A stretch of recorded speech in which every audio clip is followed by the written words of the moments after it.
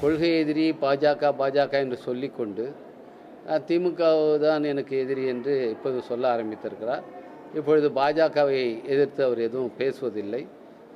இதிலிருந்தே அவருடைய அரசியல் என்னவென்று தெரிகிறது. திமுகவை விஜய் அல்ல, இன்னும் பல பேர் அவரோடு சேர்ந்து கொண்டு இன்னும் பல நடிகர்கள் புதிதாக கட்சியை ஆரம்பித்து அவரோடு கூட்டணி அமைத்தாலும் கூட இந்த 2026 தேர்தலில் திமுக தலைமையிலான கூட்டணி மகத்தான வெற்றியை பெறும். திரு விஜய் அவர்கள் முதல்ல அரசியல் என்றால் என்னவென்று தெரிந்து கொள்ள வேண்டும்.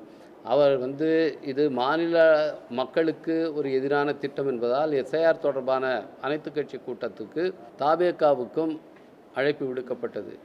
ஆனால் அதில் பங்கேற்காமல் பாஜக ஆதரவு நிலைப்பாட்டை விஜய் எடுத்தார். இன்றைக்கு முதலமைச்சர் அவர்களை குறை சொல்லி விமர்சித்து பேசுவதற்கு அவருக்கு எந்த தகுதியுமே கிடையாது. அவர் முதல்ல அரசியல் என்ன என்பதை தெரிந்து கொண்டு அதை கடைபிடிக்க, அதை செயல்படுத்த முன்வந்தால்தான் அவருக்கு யதார்த்தமான கள நிலவரம் புரியும்.